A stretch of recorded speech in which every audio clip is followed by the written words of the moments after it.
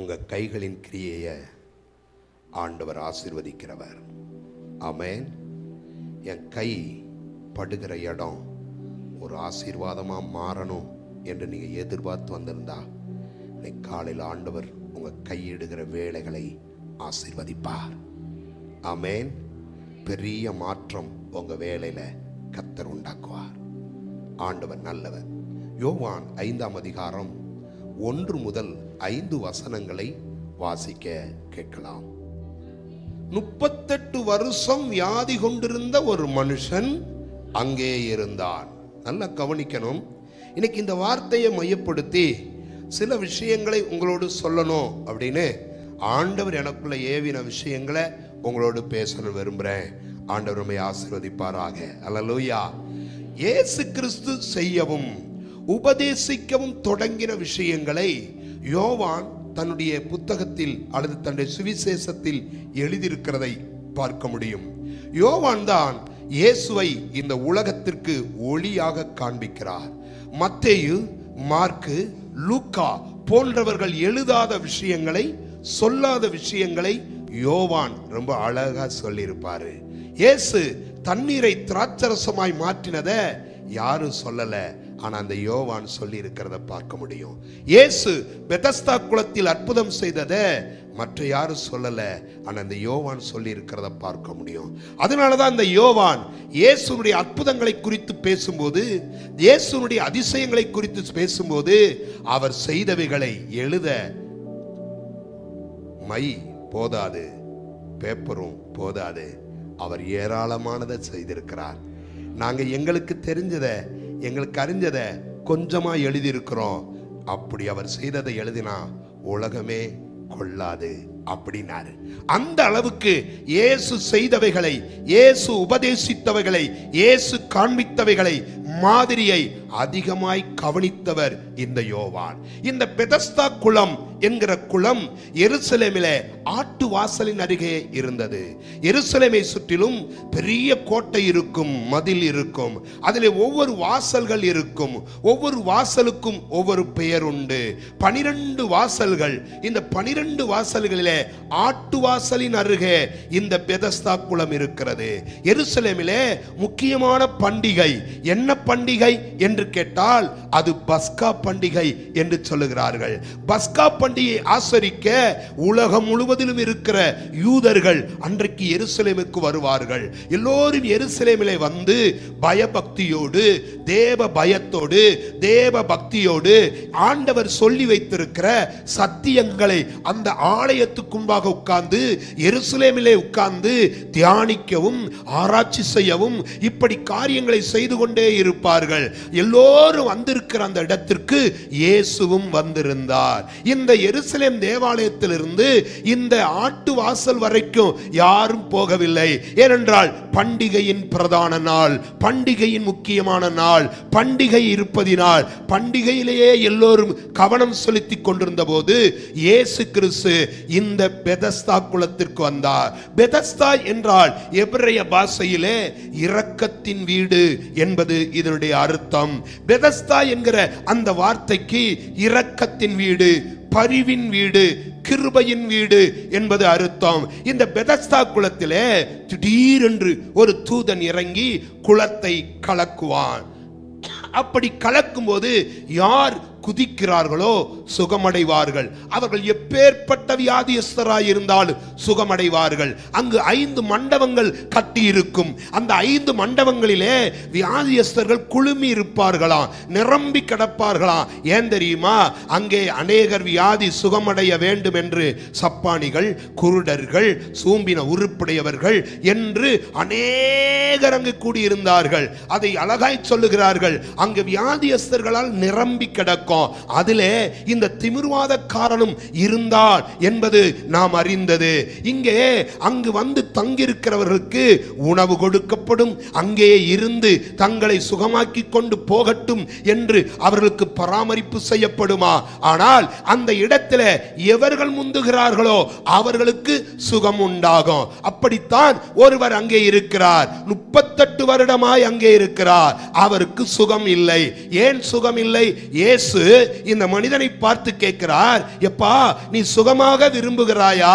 அப்படி கேட்டவுடனே இயேசு அவன் சொன்ன பதில், ஆமா ஆண்டவரே, சுகமாக விரும்புறேன். நான் போறதுக்கு முன்னாடியே எவனாவது ஒரு முந்தி போயிடுறான். அப்படின்னா இவன் வேகமாய் செயல்பட முடியாதவன், விரைவாய் செயல்பட முடியாதவன். இரண்டாவது, என்னை தூக்கி கொண்டு போய் அங்கே போடுவதற்கும் ஒருவர் இல்லை. அப்படின்னா உதவி செய்ய ஆள் இல்லாதவன். அப்ப உதவவும் ஆள் இல்லை, தன்னாலையும் இயலாது, தன்னால் இயலாது மற்றவர்களும் உதவி செய்ய முடியாத நிலையில் ஒரு 38 வருடம் ஒரு மனிதன் ஒரு இடத்தில் கிடப்பானால் அவனுடைய பரிதாப காட்சியை பாருங்கள். அவருடைய பரிதாப காட்சி, 38 வருடமாய் சுகம் இல்லை, 38 வருடமாய் ஆரோக்கியம் இல்லை, 38 வருடமாய் உதவி இல்லை, 38 வருடமாய் கை கொடுக்க ஒருவரும் வரவில்லை.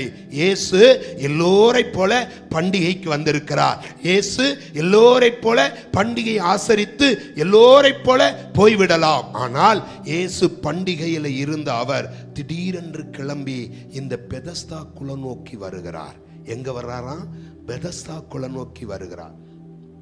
பெதஸ்தா குளத்துக்கு வரும்போது எல்லோரும் நினைத்திருப்பார்கள், சீசர்கள் ஏன் அங்க போறாரு, அங்க போய் எல்லா வியாதியஸ்தரும் சுகமாக்க போகிறாரோ என்று எண்ணி எல்லோரும் வரும்போது இயேசு நேர இந்த 38 வருடமாய் இருந்த மனிதனை சந்திக்கவே வருகிறார். இந்த பெதஸ்தா குளத்தில் இங்கே போய் வைத்திருப்பதற்கு, வியாதியஸ்தரை விட்டுவிட்டு போவதற்கு ஒரு காரணம் உண்டு.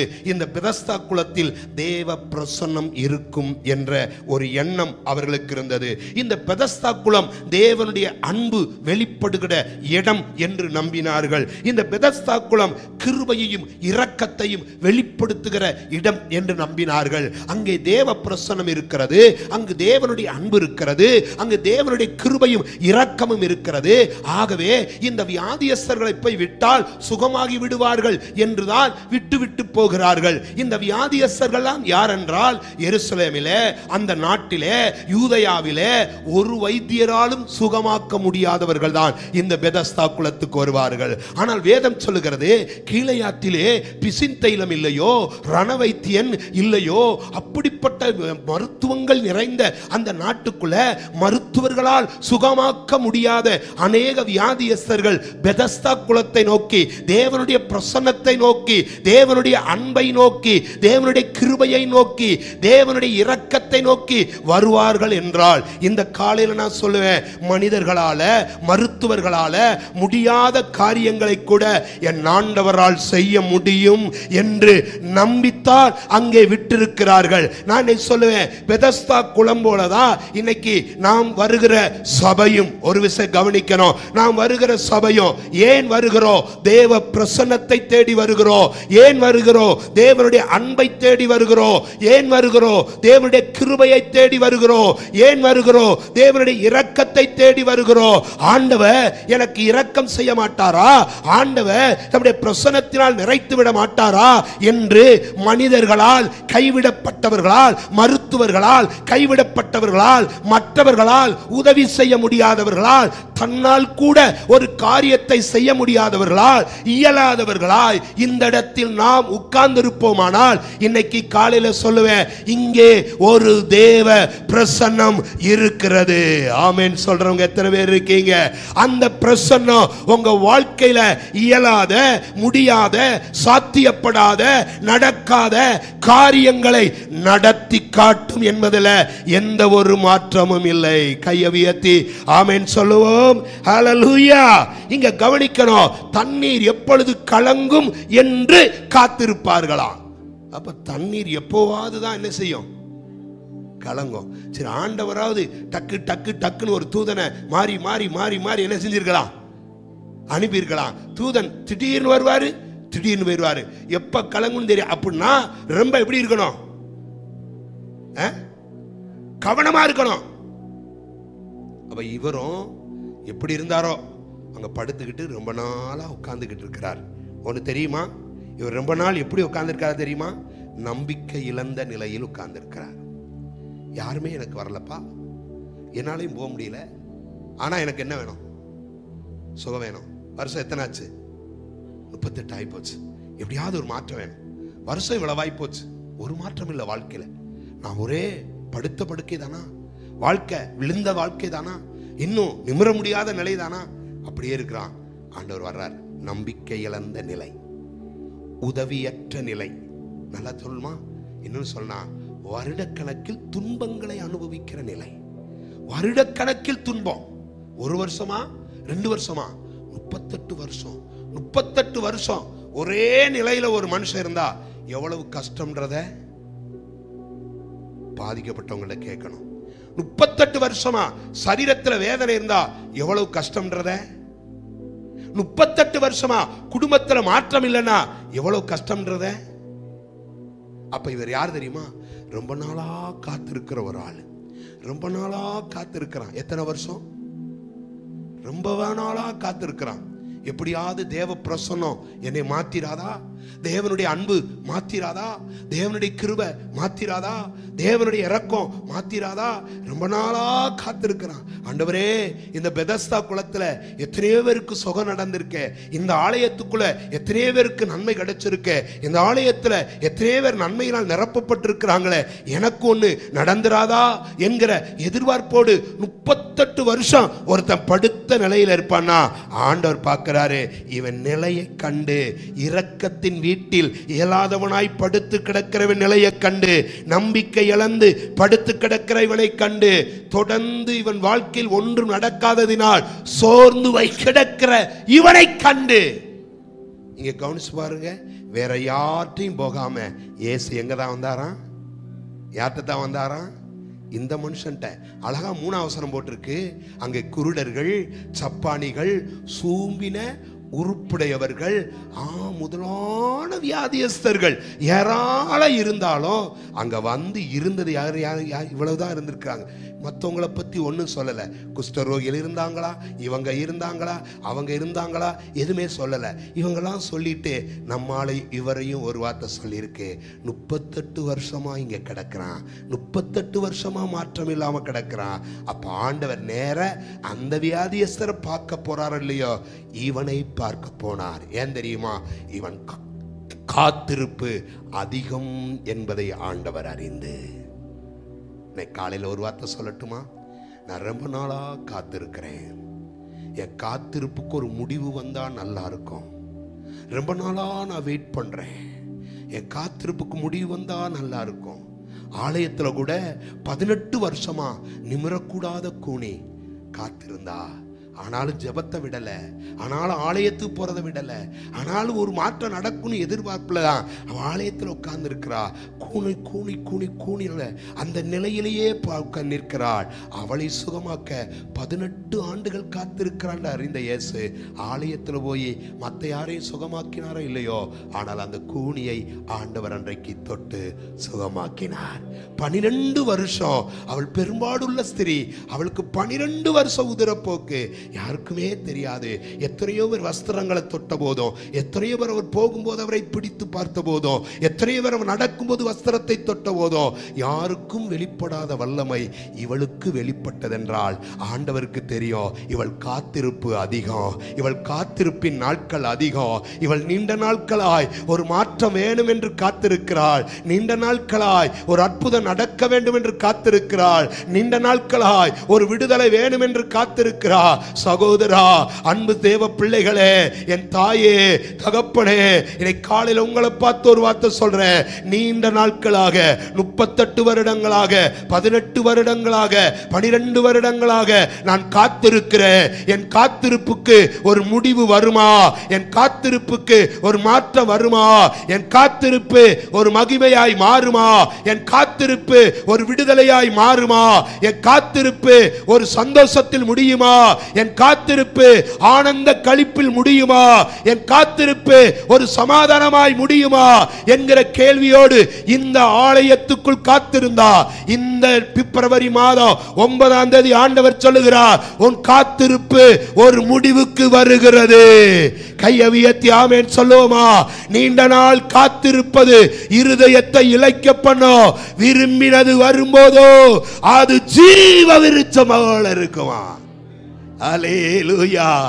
உங்க சமாதானத்துக்காக இன்றைக்கு காத்திருப்பீர்களானால் இயேசுனுடைய அற்புத பிரசன்னம் இந்த வீட்டின் ஆலயத்துக்குள் வருகிறது. உங்கள் சமாதானம் நிறைவாயிருக்கும்படி. ஹல்லேலூயா.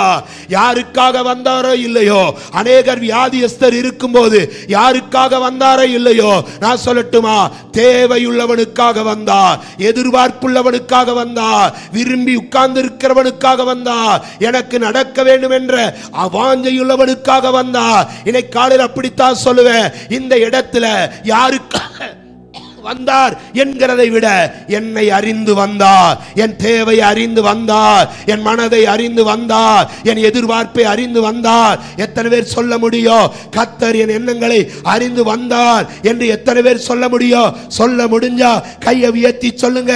இன்னைக்கு காலையில கர்த்தர் உங்கள் வாழ்வில் ஒரு அற்புதத்தை செய்ய போகிறார். ஹல்லேலூயா, ஹல்லேலூயா. தொடர்ந்து பிரயாசப்படுறான். கவனிங்க ஒரு வார்த்தை, தொடர்ந்து பிரயாசப்படுறான். எப்படி தெரியுமா? யாராவது தூக்கி விடலாம் பரவாயில்ல, நவுண்டுகிட்டே என்ன செய்வோம், போகணும். அதுக்குள்ள யாராவது விழுந்துறான். முந்திக் கொள்கிறவர் அநேகர் இருக்கும்போது இவன் முயற்சிக்கு ஒரு பலனும் இல்லை. முந்திக் கொள்கிறவர்கள் அநேகர் இருக்கும்போது இவன் பிரயாசத்துக்கு ஒரு பலனுமே இல்லை. இன்னைக்கு ஒரு வார்த்தை சொல்றேன், வாழ்க்கையில நான் பெற்றுருவேன் நினைச்சிட்டு இருக்கல, எனக்கு முன்னாடி அநேகர் நன்மை பெறாங்க, எனக்கு முன்னாடி அநேகர் சுகம் பெறாங்க, எனக்கு முன்னாடி அநேகர் முன்னேறி போறாங்க. ஆனா முந்தி போகிறவர்கள் அநேகர் இருக்கையில என் பிரயாசத்துக்கு மட்டும் ஒரு பலனும் இல்லையே, என் முயற்சிக்கு மட்டும் ஒரு பலனும் இல்லையே, என்னுடைய காரியத்தில் மட்டும் மாற்றம் இல்லையே என்று 38 வருடம் ஒருவன் புலம்புகிறான். 38 வருடம் ஒருவன் புலம்புகிறான். இன்னைக்கு காலையில் ஆண்டவர் யாரை பார்த்து சொல்ல விரும்புகிறாரோ எனக்கு தெரியாது. ஆனால் இன்னைக்கு இந்த ஆலயத்துக்குள்ள இருக்கிற யாரோ ஒருவரை பார்த்து ஆண்டவர் சொல்லுகிறார், உனக்காக நான் இன்னைக்கு பிரசன்னமாக இருக்கிறேன். உன் வாழ்க்கையில் மாற்றத்தை தரணும் என்பதற்காக நான் பிரசன்னமாக இருக்கிறேன். வாழ்க்கையில அன்பை தெரிவிக்கணுன்றதுக்காக நான் பிரசன்னமாக இருக்கிறேன். என் கிருபையை உனக்கு விளங்கப்படன்றதுக்காக பிரசன்னமாக இருக்கிறேன். எத்தனையோ பெருங்க குழுமி இருக்கல, அவங்களையெல்லாம் பார்த்தார் என்பதை விட என்னை பார்க்க இயேசு இங்கு வந்திருக்கிறார் என்று சொல்லுகிறவங்க யாராவது இருந்தா கையை உயர்த்தி சொல்ல முடியுமா? என் வாழ்க்கையில் ஒரு அற்புதம் நடந்து விட்டால், என் 38 வருட பிரச்சனைகளுக்கு ஒரு தீர்வு கிடைத்து விட்டால், என்னுடைய வாழ்க்கையில் ஒரு மாற்றம் வந்து விட்டால் நன்றாயிருக்கும். நான் பிரயாசப்படுகிறவன் தான், நான் முயற்சிக்கிறவன் தான், ஆனால் என் வாழ்க்கையில ஒரு மாற்றமும் இல்லை என்கிற எண்ணத்தோடு இந்த இடத்தில் உட்கார்ந்திருப்பீரானால் இன்றைக்கு ஒரு வார்த்தையை ஆண்டவர் தீர்க்க தரிசனமாய் சொல்லுகிறார். இன்றைக்கு ஒரு மாற்றம் உன் வாழ்க்கையில தொடங்குகிறது. அதிலே கர்த்தர் கிரியை செய்கிறார். நீண்ட நாள் காத்திருப்பு, நீண்ட நாள் பிரயாசம், நீண்ட நாள் முயற்சி, நீண்ட நாள் தொடர்ந்து தொடர்ந்து தொடர்ந்து எல்லா காரியத்தையும் முயற்சித்தும் நடக்கவில்லை என்று உட்கார்ந்திருக்கிற மனிதனை போல நீண்ட நாள் நீண்ட நாள் இன்றைக்கு ஆண்டவர் சொல்கிறார், இனி உனக்கு நாட்கள் நீடிக்கப்படுவதில்லை, இன்றைக்கே உனக்கு ஒரு ரட்சணிய நாள். கையை உயர்த்தி ஆமென் சொல்லுங்களேன். இன்றைக்கு ஒரு மாற்றத்தின் நாள் உங்கள் வாழ்வில் துவங்குகிறது. எனக்கு தெரிந்து இன்னைக்கு காலையில சிலரோடு ஆண்டவர் இதை பேசுகிறார். எனக்கு தெரிந்து சிலரோடு, சில ஆத்மாவோடு, சிலருடைய இருதயங்களோடு கர்த்தருடைய வார்த்தை இடைபடுகிறது. ஏனென்றால் உங்கள் நீண்ட நாள் காரியங்களுக்கு கர்த்தர் முடிவு உண்டாக்கி ஒரு அற்புதத்தை செய்ய போகிறார். எல்லோரும் பண்டிகையில இருக்கும்போது கர்த்தர் படுத்து கிடக்கிறவனை தேடி வந்திருக்கிறார். எல்லோரும் மற்ற காரியத்தை பார்க்கும்போது இயேசு இவனை தேடி வந்தார் என்றால் இவன் நிலையை அறிந்தவர் அவர், இவன் பிரச்சனைகளை அறிந்தவர் அவர், இவன் சூழ்நிலைகளை அறிந்தவர் அவர். இன்னைக்கு காலையில ஆண்டவர் அதைத்தான் சொல்லுகிறார், உன்னை அறிந்தவர் நான் மாத்திரம்தான், உன்னை தெரிந்தவர் நான் மாத்திரம்தான், உன் இதய காரியங்களை புரிந்தவர் நான் மாத்திரம்தான். ஆண்டவர் சொல்லுகிறார், இது வெகு நாளாய் வியாதியஸ்தன் என்று அறிந்து, சொல்லட்டுமா, நம்மை அறிந்தவர் அவரை போல ஒருவர் இருக்க முடியாது. சகோதரியே, ஓ இருதயத்தை புரிந்தவர் அவரை போல ஒருவர் இருக்க முடியாது. சகோதரா, ஓ மனசு அறிந்த அவரை போல ஒருவர் உலகத்தில் இருக்க முடியாது. எல்லோரும் நம்மை மனதை வெளியிலே பார்த்துவிட்டு ஓ அவர்கள் நன்றாய் இருக்கிறார்கள், வெளியிலே பார்த்துவிட்டு நன்றாய் சிரிக்கிறார்கள், வெளியிலே பார்த்துவிட்டு அவர்கள் நன்றாய் ஜெபம் பண்ணுகிறார்கள். ஆனால் என் இருதயம் கர்த்தருக்கு தெரியும்.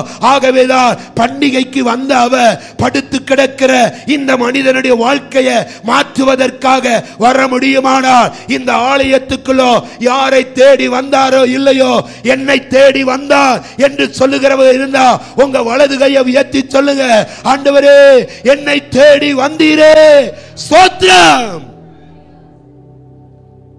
ஹல்லேலூயா, ஹல்லேலூயா. ஆண்டவர் வந்த உடனே சொன்னது ஒரு வார்த்தை, நீ சுகமான விரும்புறியாப்பா? 5 வசனமா 6 வசனம்?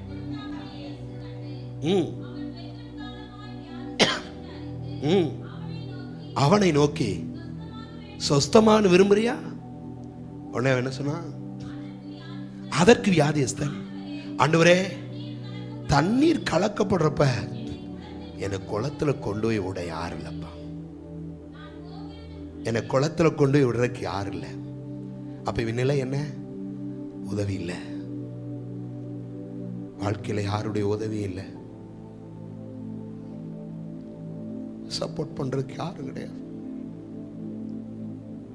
நம்மள்கிட்ட சிலரை கேட்டா சொல்லுவாங்க, நான் ஒரு நேரம் படுத்துக்கிட்டா ஒரு டீ போட்டு கொடுக்க கூட எனக்கு யாரும் கிடையாது. சிலருடைய மனம் அப்படித்தான் இங்கே உட்கார்ந்துருக்கு, சிலருடைய இறுதி அப்படித்தான் இருக்கு. எனக்கு யாரும் இல்லை, உறவுகள் இல்லையா, சொந்தங்கள் இல்லையா, பந்தங்கள் இல்லையா, ஆனா இங்க யாரும் இல்லை. எத்தனை வருஷம்? 38 வருஷம். மனிதர்கள் இரக்கம் இல்லாதவர்கள், மனிதர்கள் அன்பு இல்லாதவர்கள், மனிதர்கள் தாங்காதவர், மனிதர்கள் கை கொடுக்காதவர்கள். ஆண்டவர் அன்னைக்கு அந்த மனிதனை தேடி வந்தார்னா ஒரு காரணம் இருக்கு, உனக்கு உதவுகிற தேவன் நான், உனக்கு உதவுகிற தேவன் நான். சிலருடைய வாழ்க்கையை பார்த்து இன்னைக்கு ஆண்டவர் சொல்றாரு, நான் உனக்கு உதவி செய்வேன், நான் உனக்கு உதவி செய்வேன், நான் உனக்கு உதவி செய்வேன். உன் வாழ்க்கையை நான் மாற்ற போறேன். எத்தனை பேர் விசுவாசிக்கிறீங்க? இந்த ஆலயத்தில் இன்னைக்கு ஆண்டவர் உங்க வாழ்க்கையை மாற்ற விரும்புறாரு. இன்னைக்கு உங்களுக்கு உதவி செய்ய ஆண்டவர் வந்திருக்கிறாரு. மனிதர்கள் கை கொடுக்காத இடத்தில் கர்த்தர் உங்களுக்கு கை கொடுக்கும்படி வந்திருக்கிறார். மனிதர்கள் தூக்கி விடாத இடத்தில் கர்த்தர் தூக்கி விடும்படி வந்திருக்கிறார். மனிதர்கள் உதவி செய்யாத இடத்தில் கர்த்தர் உதவி செய்யும்படி வந்திருக்கிறார். மனிதர்கள் ஆதரிக்காத இடத்தில் கர்த்தர் ஆதரிக்கும்படி வந்திருக்கிறார். மனிதர்கள் யாரும் இல்லாத இடத்தில் கர்த்தர் உனக்காக இருக்கிறார்.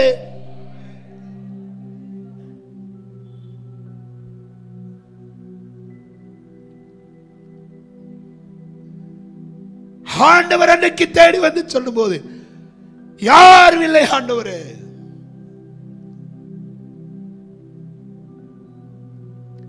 இருக்கிறாங்க, இல்ல இருக்கிறாங்க, உதவல. அதைத்தான் ஆண்டவர் சொல்லுகிறார்.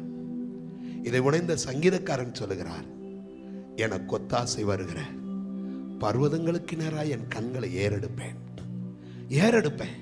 பர்வதங்களை பார்ப்பேன், இவங்களை பார்ப்பேன், அவங்கள பார்ப்பேன், இவங்கள்ட்ட இருந்து ஒத்தாசை வரும் பார்ப்பேன், இவங்கள்ட்ட இருந்து ஆதரவு வரும் பார்ப்பேன், இவங்கள்ட்ட இருந்து ஏதாவது கிடைக்கும் பார்ப்பேன். ஆனா யார்கிட்ட இருந்து வராது?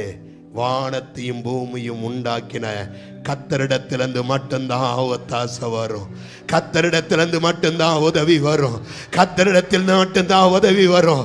சகோதரர், அந்த காலையில கர்த்தரிடத்திலிருந்து மட்டும்தான் உனக்கு உதவி வரும், கர்த்தரிடத்திலிருந்து மட்டும்தான் உனக்கு ஒத்தாசை வரும். நீங்க நம்பினா கையை தட்டி அப்பாவை ஸ்தோத்திரம் பண்ணி, என்னைக்கு உதவி செய்கிற என் தேவனுக்கு ஸ்தோத்திரம், எனக்கு உதவி செய்கிற என் ஆண்டவருக்கு ஸ்தோத்திரம், எனக்கு உதவி செய்கிற என் கர்த்தருக்கு ஸ்தோத்திரம்.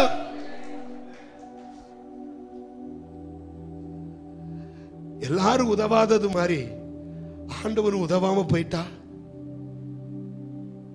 இவனுக்கு யார் உதவுவா? இவன் 38 வருஷமா இருக்கிறவன், அவன் நாட்கள் 50 ஆகலாம், 60 ஆகலாம், ஏன் மரணம் வரைக்கும் கூட அங்கே இருக்கலாம். ஆனா நான் ஒரு வார்த்தை சொல்றேன், உன்னை மரணம் வரைக்கும் ஆண்டவர் இந்த நிலையில் விடவே மாட்டார். எத்தனை பேர் விசுவாசிக்கிறீங்க? இந்த நிலையில் ஆண்டவர் விடவே மாட்டார். உங்களுக்கு உதவி செய்வார். நம்புறவங்க மட்டும் கையை உயர்த்தி ஆமென் சொல்லலாமா? உதவி செய்கிறார், பலன் தருகிறார். உதவி செய்கிறார், பலன் தருகிறார். ஒவ்வொரு நாளும் கூட வருகிறார். ஒவ்வொரு நாளும் கூட வருகிறார். உண்மையா சொல்ல முடியுமா? உண்மையா சொல்ல முடியுமா? ஆண்டவரை பார்த்து எல்லாம் சொல்லலாமா? என் வாழ்க்கையில் அவர் தான் உதவி செய்கிறார். என் பிள்ளைகளை வச்சுட்டு நான் நடக்கும்போது அவர் தான் உதவி செய்கிறார். வேலை இல்லாமல் நான் கஷ்டப்படுறப்போ அவர் தான் உதவி செய்கிறார். சோர்ந்து போகிற நேரம் அவர் தான் உதவி செய்கிறார். ஒருவேளை ஒரு கற்பனை பண்ணி பாருங்களேன். எலியா ஓடி போய் பயந்து சூரச்செடி கீழே படுத்தப்ப யாரும் அவனை பார்க்க முடியாது. வேலைக்காரனை அனுப்பி விட்டுட்டான். இவன் தனியாக படுத்து கிடக்கிறான். ஒருவேளை ஆண்டவர் மட்டும் எந்திரா, இந்த அப்பத்தை சாப்பிட்றா, இந்த தண்ணியை குடுறா, போ எந்திரி, ஏன் படுத்து கிடக்குன்னு ஒரு வார்த்தை சொல்லலைன்னா அந்த எலியாவை பார்க்கவோ கேட்கவோ யாரும் இருந்திருக்காது. இந்த ஊருக்குள்ள ஒரு நேரம் நம்ம சும்மா இருந்தா என்னை பார்க்கவோ கேட்கவோ யாரும் இல்லை என்கிற நிலையில் இருக்கிற நம்மை தேடித்தான் இயேசு. ஆமென். ஒரு சொல்லாமா? கையை உயர்த்தி சொல்லுமா? உதவி செய்கிறார். எல்லாம் சேர்ந்து பலன் தருகிறார். உதவி செய்கிறார், பலன் தருகிறார். ஒவ்வொரு நாளும் கூட வருகிறார்.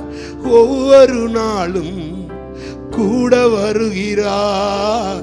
ஒவ்வொரு நாளும் கூட வருகிறார். ஒவ்வொரு நாளும் கூட. தைரியமா சொல்லுங்க. பயப்பட மாட்டேன், நான் பயப்பட மாட்டேன், பயப்பட மாட்டேன். பின்னாடி எல்லாரும் சொல்லுங்க. சோபத் இயேசு என்னோடு. ஓ இயேசு. காற்று வீசட்டும், கடல் பொங்கட்டும், காற்று வீசட்டும், என்ன வந்தாலும் சொல்லுங்க சிஸ்டர். எனது நங்கூரம் இயேசு இருக்கிறார். எனது நங்கூரம் இயேசு இருக்கிறார். எனது நங்கூரம் இயேசு இருக்கிறார். எனது நங்கூரம். கையை தட்டி பாடுவோம் எல்லாரும் சேர்ந்து.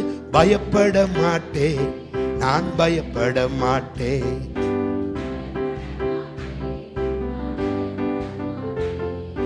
இயேசு என்னோடு இருப்பதனா. இயேசு. ஆமென், ஆமென் சொல்லலாமா? விசுவாசத்தோட இருக்கீங்களா? என்ன வந்தாலும் இயேசு இருக்கிறாரு. சூறை செடி ஆனாலும் இயேசு இருக்கிறாரு. உதவ ஆள் இல்லைனாலும் இயேசு இருக்கிறாரு. கை கொடுக்க ஆள் இல்லைனாலும் இயேசு இருக்கிறாரு. உன்னை தேடி பண்டிகையை விட்டுட்டு 38 வருஷமா கிடக்கிறன்றதை அறிஞ்சு ஓ வீடு தேடி வருகிறார் இயேசு. இந்த ஆலயம் தேடி வருகிறார் இயேசு. காத்திருந்த அவனை கர்த்தர் கண்டார். ஒரு 3 விஷயங்களை சொல்ல போறேன். காத்திருந்த அவனுக்கு இயேசுவிடத்திலிருந்து எப்படி உதவி வந்தது அப்படின்னா 3 விஷயங்கள். வாசிக்கலாமா? 6வது வசனம், 7வது வசனம். படுத்திருக்கிற அவனை இயேசு கண்டு அவன் வெகு காலமாய் வியாதியஸ்தன் என்று அறிந்து அவனை நோக்கி, சொஸ்தமாக வேண்டும் என்று விரும்புகிறாயா? உடனே அந்த மனுஷன் சொன்னாரா? அதற்கு வியாதியஸ்தன், ஆண்டவரே, தண்ணீர் கலக்கப்படும் போது என்னை குளத்தில் கொண்டு போய் விடுகிறதற்கு ஒருவரும் இல்லை. நான் போகிறதுக்குள்ளே வேறொருவன் போய் விடுகிறான். ஆனா எனக்கு என்ன வேணும்? சுகம் வேணும். நானும் சுகமான ஆசைப்படுறேன்ப்பா. நானும் நல்லா இருக்கேன்னு ஆசைப்படுறேன் ஆண்டவர். நானும் காப்பாற்றப்பட ஆசைப்படுறேன்ப்பா. எத்தனை நாளைக்கு நான் இங்கே படுத்து கிடப்பேன்? எத்தனை நாளைக்கு என் வாழ்க்கை இப்படி இருக்கும்? எத்தனை நாளைக்கு இப்படியே நான் கிடப்பேன்? அப்ப ஆண்டவருடைய உதவி அவனுக்கு கிடைச்சதுக்கு ஒரு காரணம் உண்டு. அவன் வாஞ்சித்தான். எதை வாஞ்சித்தான்? சுகத்தை வாஞ்சித்தான், சுகத்தை விரும்பினான். நான் சுகமடையணும், உதவ ஆள் இல்லை. நான் சுகமடையணும், நான் போறதுக்குள்ள வேறொருத்தன் போயிடுறான். ஆனா நான் சுகமாகணும். இந்த வாஞ்சையை கண்டுதான் இயேசு அவனை சுகமாக்கினார். ஆமென் சொல்லுங்க. இன்னைக்கு இந்த ஆலயத்துக்குள்ள இருக்கிறவங்களை பார்த்து ஆண்டவர் சொல்லுகிறார், என் மேல உனக்கு ஒரு வாஞ்சை இருந்தா, நீ சுகமாகணும்ன்ற ஒரு வாஞ்சை இருந்தா, என் வாழ்க்கை மாறணும்ன்ற ஒரு வாஞ்சை இருந்தா, என் குடும்பம் கட்டப்படணும்னு ஒரு வாஞ்சை இருந்தா, எங்க ஆலயத்துல மாற்றங்கள் நடக்கணும்னு ஒரு வாஞ்சை இருந்தா, உன் வாஞ்சை என்னைக்கு ஆண்டவர் கண்டு உனக்கு அற்புதம் செய்கிறவர். அல்லேலூயா. வாஞ்சையுள்ள ஆத்துமாவை அவர் திருப்தியாக்குகிறவராம். வாஞ்சையுள்ள ஆத்துமாவை அவர் வெறுமனே விடுகிறவர் அல்ல. ஒரு மாற்றம் வேணும்னு நீ வாஞ்சித்தால், எதிர்பார்த்தால், விரும்பினாள், அதான் சங்கீதம் 109 சங்கீதம் அழகா சொல்லுது. 17வது வசனத்துல சாபத்தை விரும்புகிறான். அது எதை நீ விரும்புறியோ அது வந்துடும். அவன் ஆசீர்வாதத்தை விரும்பாமல் போனான். நீ கேட்டீனா ஆண்டவர் தருவாரா? நீ எதிர்பார்த்தா அதை ஆண்டவர் செய்வாரா? அதைத்தானே சங்கீதக்காரன் சொல்றாரு, நீதிமான் விரும்புகிறது அவனுக்கு கொடுக்கப்படும். சொல்லுங்க, நீதிமான் விரும்புகிறது அவனுக்கு கொடுக்கப்படும். எதை எதிர்பார்க்கிறோம்? எதை விரும்புறோம்? எதை வாஞ்சிக்கிறோம்?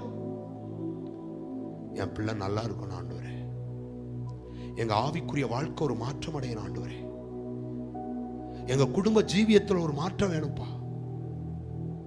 எல்லாருக்கும் முன்னாடி நாங்க இயேசுவை நம்புறவங்கன்றத எங்க வாழ்க்கையின் அனுபவத்தில் நாங்க காண்பிக்கணும் ஆண்டவரே. எதிர்பார்க்கிறீங்களா? இருக்குது போதும், இப்படியே இருந்துக்குருவோம், இது போதும், இப்படியே இருந்துக்குருவோம், இதுக்கு மேல என்ன வேணும் என்று உங்கள் மனதில் எண்ணினால் நீ அப்படியே இருந்துக்கலாம், ஒரு பிரச்சனை கிடையாது. இல்ல ஆண்டவரே எனக்கு ஒரு மாற்றம் வேணும்னு நீங்க வாஞ்சித்தா, பைபிள் ரொம்ப அழகா சொல்லுது, தவணமுள்ள ஆத்துமாவை கர்த்தர் திருப்தியாக்குவார்.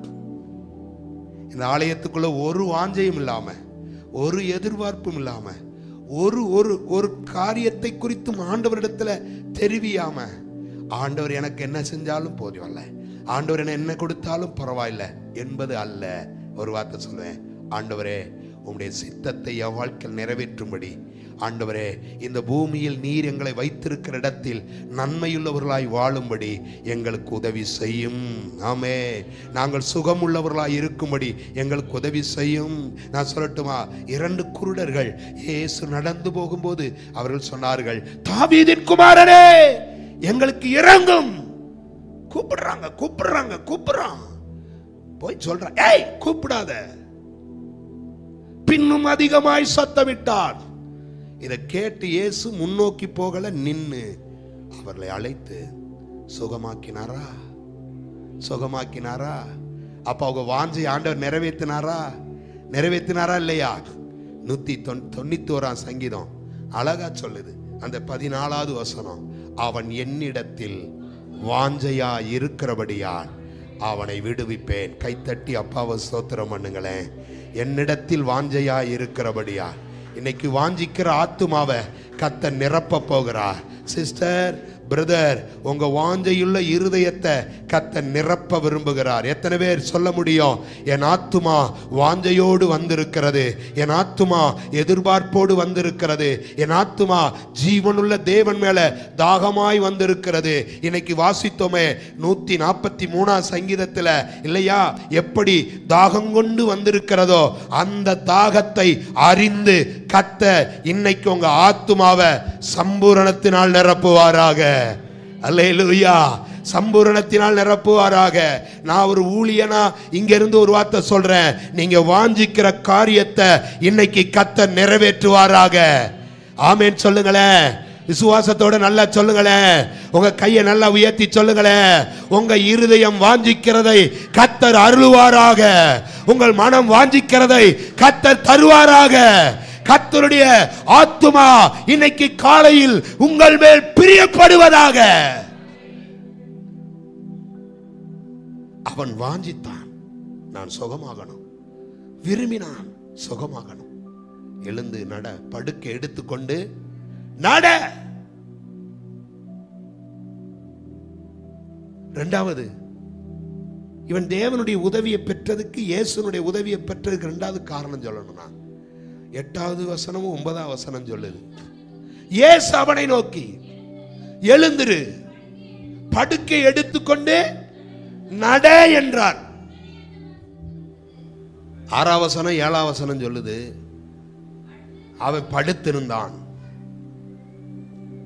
ஆண்டவர்கிட்ட சொல்றான், என்னை கொண்டு போய் விடுவதற்கு யார் இல்லை, நானும் போக முடியல. இங்க இயேசு சொல்றாரு, படுக்கை எடுத்துக்கொண்டு நட. உடனே என்ன சொன்னா, என்னால முடியாது சொன்னானா? என்னால சொல்ல நிக்கணும்ல. என்னால முடிஞ்சா நான் அதுக்கே 38 வருஷமா இங்க.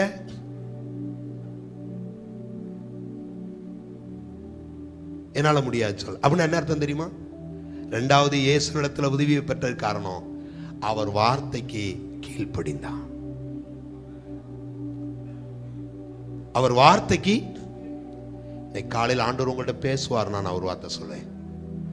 ஆண்டவர் உங்கள்கிட்ட என்ன சொல்லுகிறாரோ அதுக்கு கீழ்ப்படிங்க. நான் சொல்லட்டுமா?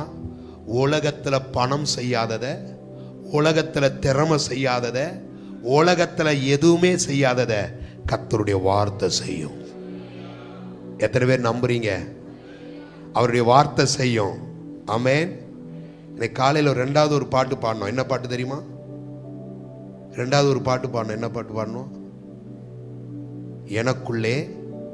இன்னைக்கு இதை பாடணும்னு என் மனசுக்குள்ள நினச்சிக்கிட்டே, நமக்குள்ள ஒரு இயேசு இருக்கிறாரு, அவர் பெரியவர்ன்றத சொல்லணும் அப்படின்னு நினச்சிட்டு இருந்தேன். ரெண்டாவது பாடின உடனே எனக்குள்ள சந்தோஷம், உண்மையாகவே இயேசு நமக்குள்ள இருக்கிறாரு.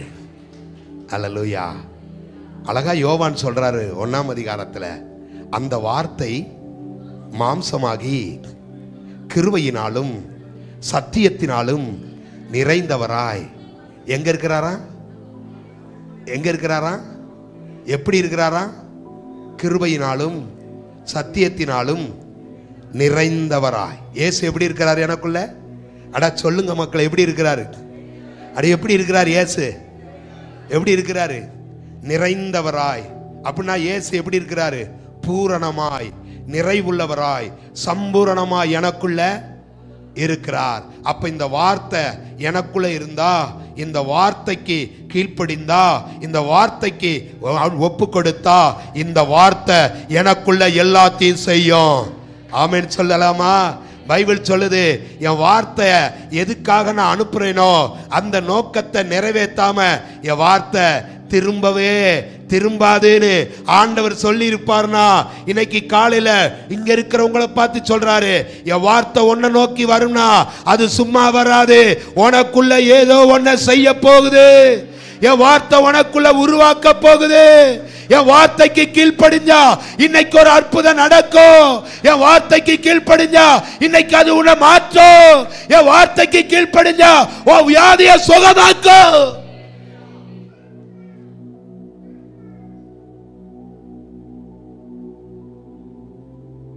ஏன்னா அவர் வார்த்தையில ஜீவன் இருக்கு, அவர் வார்த்தையில வல்லமை இருக்கு. கர்த்தருடைய சத்தம் கேதுரு மரங்களை முறிக்கும். கர்த்தருடைய சத்தம் பெண்மான்களை ஈடுபடி செய்யும். கர்த்தருடைய சத்தம் வனாந்தரத்தை அதிரப்பணும், மாற்ற முடியாத இடத்தை மாற்றும்.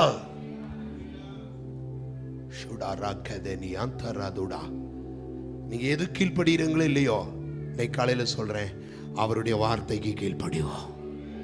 ஆமென். அதனால யோவான் 2ஆம் அதிகாரத்தில் சொல்றாரு, திராட்சரசம் இல்ல.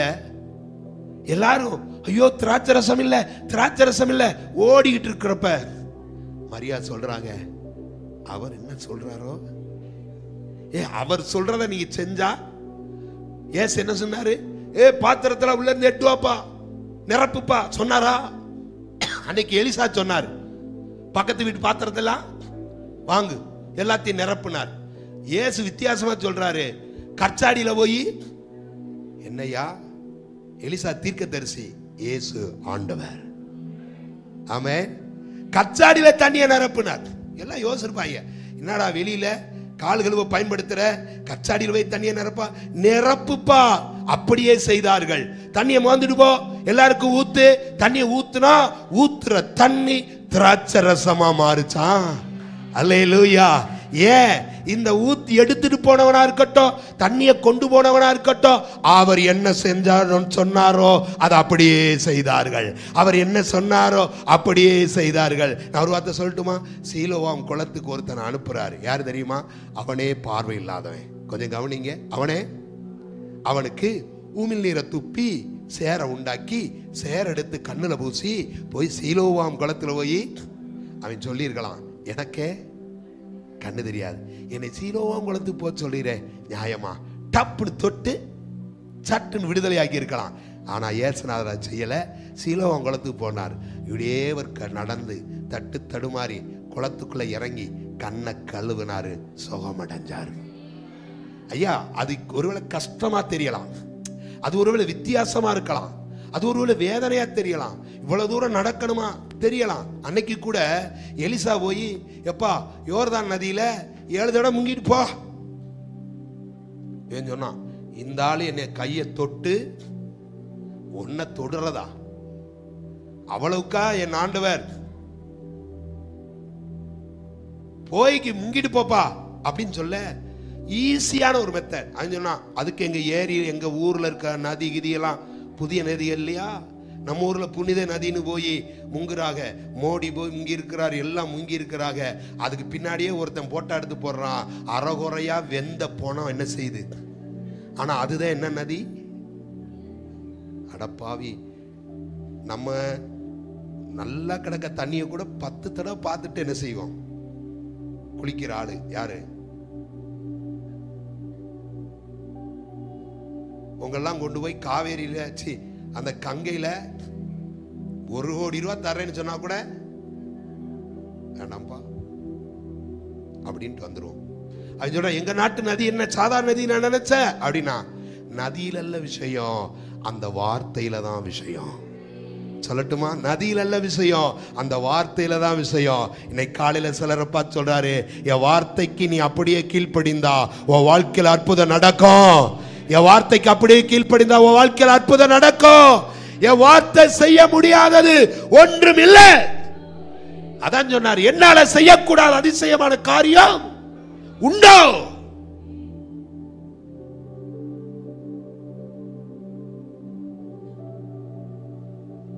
நாசியின் சுவாசத்தை செங்கடலை 2ஆ பிரிச்சாராம்.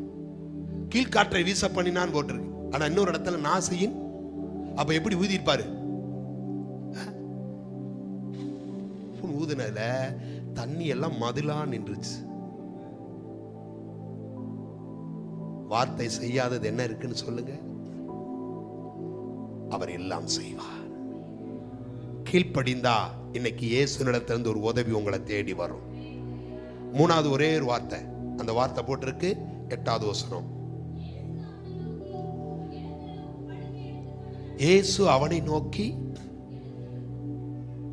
எழுந்திரு, உன் படுக்கை எடுத்துக்கொண்டு. இப்ப நானே 38 வருஷம் படுத்து கிடக்கேன்னு ஒரு கற்பனை.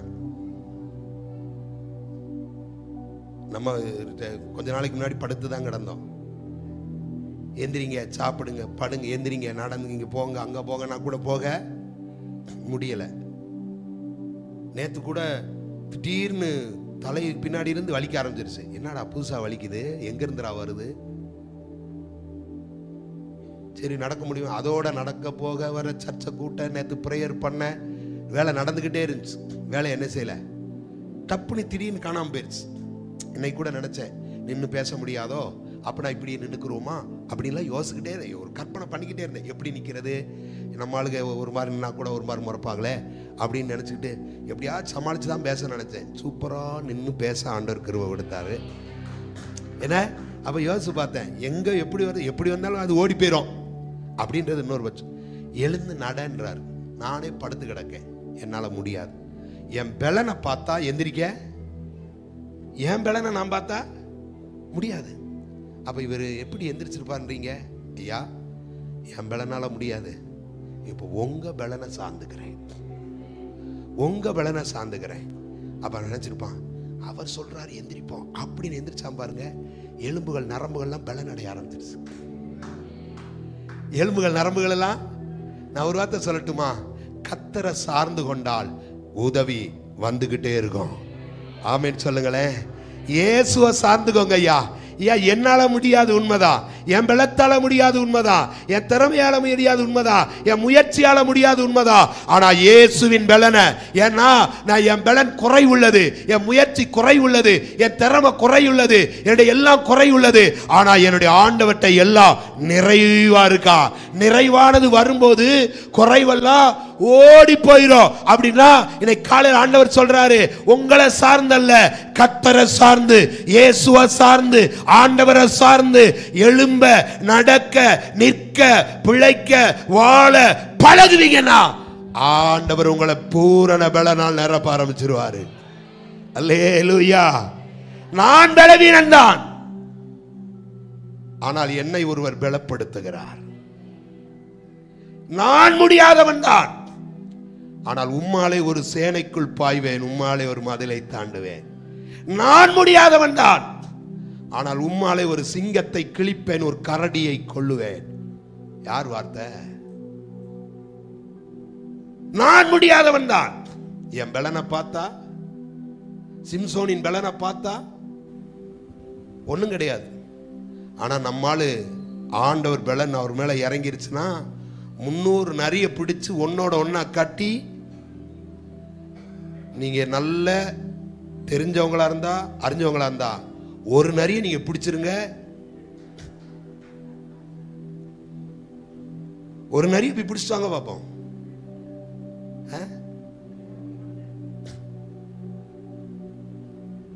கடிச்சு புறம்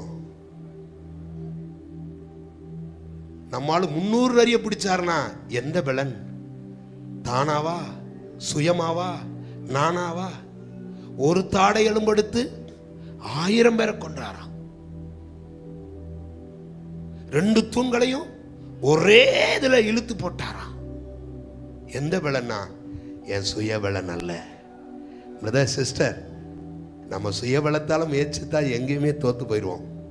ஏய் நான் பாத்துக்கிறேன், எனக்கு தெரியும், நான் சமாளிச்சுக்கிறேன்,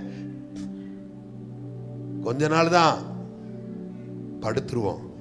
ஆனால் என்னால முடியாத ஆண்டவரே, உம்மாலதான். உங்க பலன், உங்க பலன். எத்தனை பேர் சொல்ல முடியும்? உங்க பலன், உங்க கிருபை, உங்க தயவு. பவுல்கிட்ட கேட்டா சொல்லுவாரு, சபைகளை கட்டினேன், இத்தனை நிருபங்களை எழுதினேன், இத்தனை ஊழியர்களை உருவாக்கினேன், இதெல்லாம் செய்தேன். எப்படிப்பா? பவுல்கிட்ட கேட்டா ஒரு வார்த்தை சொல்லுவாரு, நான் அல்ல, நான் அல்ல, அவருடைய பலன், என்னை பலப்படுத்துகிற இயேசு கிறிஸ்துவினாலே எல்லாவற்றையும் செய்ய எனக்கு பலன் உண்டு. எழுப்பி நிக்கலாமா? இன்னைக்கு இதே இயேசுனுடைய உதவியை பெறதுக்கு, ஒன்று நீங்க வாஞ்சிக்கணும், 2 நீங்க வார்த்தைக்கு கீழ்ப்படியணும், 3 உங்களை சார்ந்துக்கிறாம அவருடைய பலனை சார்ந்துக்கிறணும்.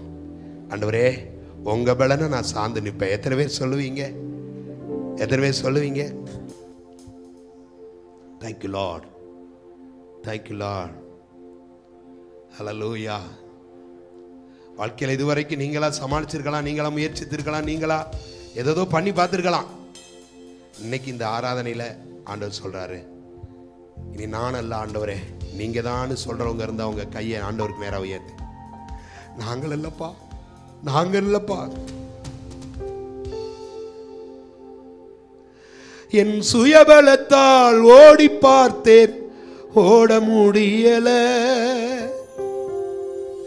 என் மனபலத்தால் நடந்து பார்த்தேன், நடக்க முடியல. என் கால் பலத்தால் கடக்க பார்த்தேன், கடக்க முடியல. என் சொல் பலத்தால் சாதிக்க பார்த்தேன், ஒண்ணு முடியல. ஆண்டவர்கிட்ட சொல்லுவீங்களா? நடக்க முடியல இயேசுவே, நடக்க முடியல. தாங்கிக் கொள்ளுங்க, கரத்தில ஏந்தி கொள்ளுங்க. சேர்ந்து பாடலாமா? கைத்தட்டி ஒரு 2 நிமிஷம் அப்படியே முடிச்சிருவோம். நான் நடந்து வந்த பாதைகள் கரடு மேடுகள், நான் கடந்து வந்த பாதைகள் முட்கள் வேலிகள், நான் நடந்து வந்த பாதைகள். முடியல ஆண்டவரே அப்படின்னு சொல்லுங்க. உங்க பலத்தை சார்ந்துக்கிறேன்னு சொல்லுங்களேன். நடக்க முடியல டாடி, தாங்கிக் கொள்ளுங்க, கரத்தில் உதவி செய்க, உங்க பலனை கொடுங்க. என் சுயபலத்தால், என் மனபலத்தால் நடந்து பார்த்தேன், என் சுயபலத்தால் ஓடி பார்த்தேன், என் மனபலத்தால், என் தோள் பலத்தால் சுமந்து பார்த்தேன், என் கால் பலத்தால் கடக்க பார்த்தேன், என் தோள் பலத்தால்.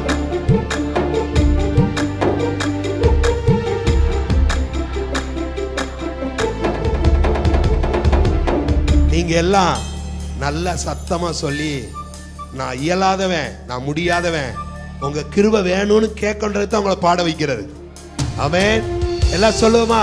இதுவரைக்கும் தோல்ல சிலரை சுமந்து பார்த்திருக்கலாம், இனிமேல் முடியலப்பா, என்னால முடியலப்பா சொல்லுங்க. ஆண்டவர்கிட்ட சொல்லுங்களேன். என் தோள் வெள்ளத்தால் சுமந்து பார்த்தேன், என் கால் வெள்ளத்தால்,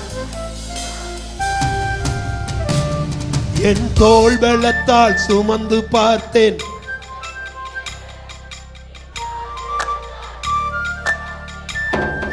கையை தட்டி சொல்லுவ.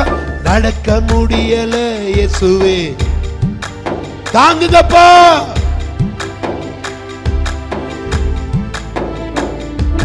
தாங்கிக் கொள்ளுங்க, கரத்தில் ஏந்தி கொள்ளுங்க, தாங்கிக் கொள்ளுங்க, கரத்தில் ஏந்தி கொள்ளுங்க. நான் நடந்து வந்த பாதைகள் கரடு மேடுகள், நான் கடந்து வந்த பாதைகள் முட்கள் வேலிகள், நான் நடந்து வந்த பாதைகள் கரடு மேடுகள், நான் கடந்து வந்த பாதைகள் முட்கள் வே. சொல்லுங்க ஒரு தடவை. நான் நடந்து வந்த பாதைகள். இந்த பிப்ரவரி 9ஆம் தேதி வரைக்கும் நான் நடந்து வந்த பாதை கரடு முரடானது. இன்னைக்கு ஆண்டவர் என் வாழ்க்கைய சரி செய்ய போகிறார், சீர்படுத்த போகிறார். என் பலத்தில் அல்ல, என் சுய பலத்தில் அல்ல. ஆண்டவரே, உம்முடைய பலத்தில் வாழ. கையை தட்டி அப்பாவை ஸ்தோத்திரம் பண்ணுங்க. வெள்ளந்தாரு வெள்ளந்தாரு வெள்ளந்தாரு.